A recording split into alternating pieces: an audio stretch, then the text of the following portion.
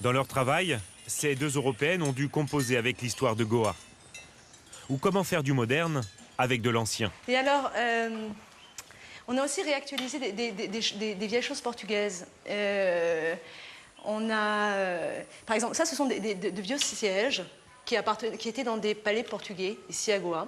Donc c'est assez austère, hein, le mobilier portugais. C'est très beau, mais très austère.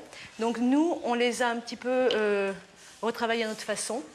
Et ça plaît pas mal. Voilà. En fait, vous vous êtes un peu réapproprié aussi l'héritage portugais à votre façon. Oui, bien sûr, absolument, oui, mais c'est ce qui est drôle.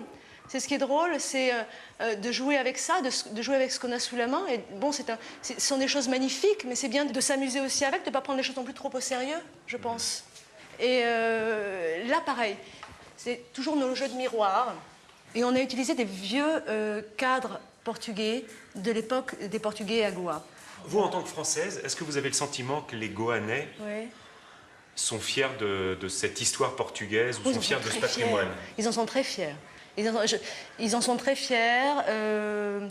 Et de plus en plus, je pense qu'ils ont pris conscience que c'est un patrimoine qu'il faut protéger. Et, il y a de très belles rénovations en ce moment à Panjim. Ils font toutes les vieilles maisons. Le gouvernement de l'État aide beaucoup pour les rénovations des maisons, des choses comme ça.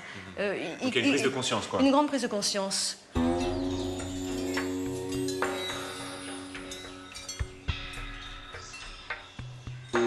Une prise de conscience, notamment des jeunes Goanais. À l'image du travail de Yael et Doris, ils se réapproprient ce passé colonial.